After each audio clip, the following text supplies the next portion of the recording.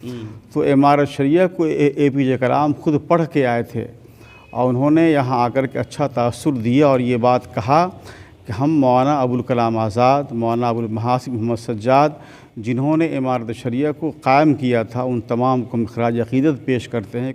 बिहार, उड़ीसा, झारखंड में इमारत शरिया के उलमा दौरे करते हैं जी। और उस दौरे में अहम मुद्दा रहता है तालीम का, इत्तेहाद का और माशरे में फैली हुई बुराइयों का सद्दबाब का। तौर पे आपके गया ज़िले में इमारत का दारुल क़ज़ा मदरसा मालूम के अंदर है, दारुल क़ज़ा है, काजी हैं, 2.5 एकड़ ज़मीन इमारत शरिया को हासिल है। उसका नक्शा बन के मुकम्मल तैयार हो चुका है। वहाँ पैरामेडिकल वगैरह और भी तालीम का अच्छा हब जो है निज़ाम इंशाअल्लाह फ़ातिमा चक गया ज़िले के लिए इंशाअल्लाह आइंदा आने वाले वक्तों में काम होगा। कि इमारत की खिदमात क्या हैं, 100 साल में उसने क्या किया। जो हमारी नई नस्लें हैं, नौजवानों का बड़ा तबका है इस वक्त में जो नहीं जानता कि इमारत शरिया है क्या। आप देख रहे हैं विज़न आजकल और मैं हूं इमरान अली। नाज़रीन, इमारत शरिया की जानिब से जो 19 जनवरी से लेकर 27 जनवरी तक जो आम इजलास है उसके तहत जो इस्लाही मुआशरे के लिए जो काम किया जा रहा है या जो तारुफ़ कराया जा रहा है इमारत शरिया का, उसके लिए हम बातचीत करेंगे। यहाँ पर इमारत शरिया के असिस्टेंट सेक्रेटरी कमर अनीस साहब हैं, हम इनसे बात करेंगे और जानेंगे सर ये प्रोग्राम जो चल रहा है इस ताल्लुक़ से क्या बताएंगे, क्या प्रोग्राम है और क्या मकसद है इस प्रोग्राम का।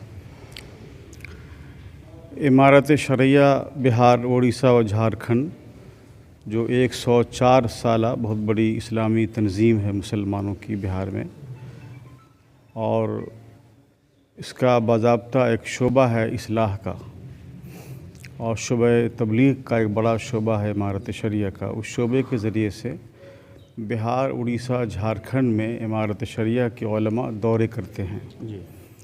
और उस दौरे में अहम मुद्दा रहता है तालीम का, इत्तेहाद का और माशरे में फैली हुई बुराइयों का सद्दबाब का। जो हमारे माशरे में तालीम की कमी है, इत्तेहाद की कमी है और जो माशरे में फैली हुई बुराइयां हैं, उन तमाम मौज़ूआत पे इमारत शरिया के उलमा लोगों के दरमियान बातें करते हैं।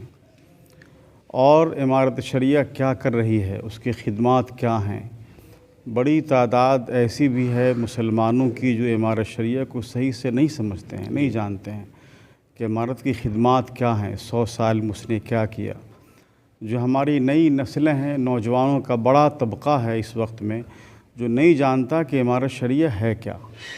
तो उन तमाम में बेदारी लाने के लिए इमारत शरिया का ये निज़ाम है जो साल में 2-4 साल में 5 साल में दौरे होते हैं। उनमें तमाम मौज़ूआत पे बातें होती हैं कि हम कैसे तालीम भी हम कैसे आगे बढ़ें। इमारत शरिया ने जो तालीम के मैदान में काम किया है उसका तारुफ़ कराया जाता है।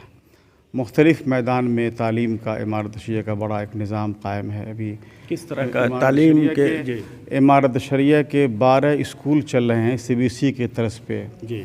जैसे कि एक स्कूल हमारा बहुत बड़ा झारखंड में है, नगड़ी में है, इरबा रांची में है, झारखंड के गिरिडीह में, बनखंजो में एक बड़ा स्कूल है।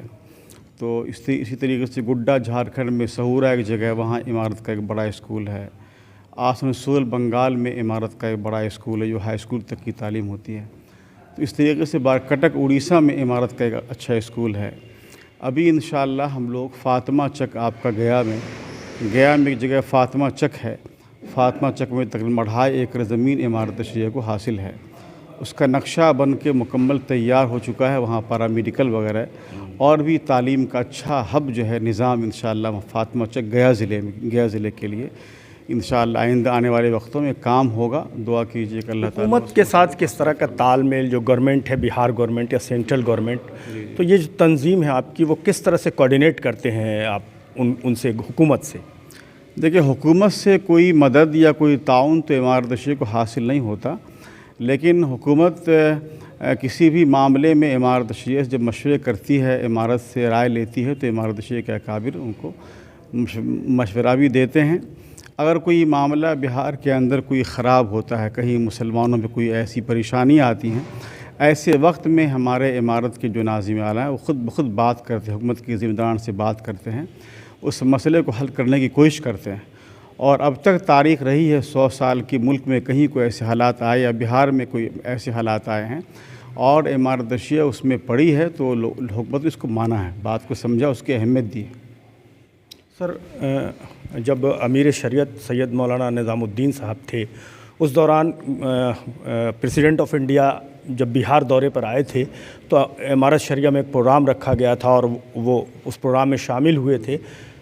کیا تاثرات رہے تھے؟ کیا آپ واقف ہیں ان کے جو تاثرات آئے تھے پریزیڈنٹ آف انڈیا کے اس دوران امارت شریعہ کے تعلق؟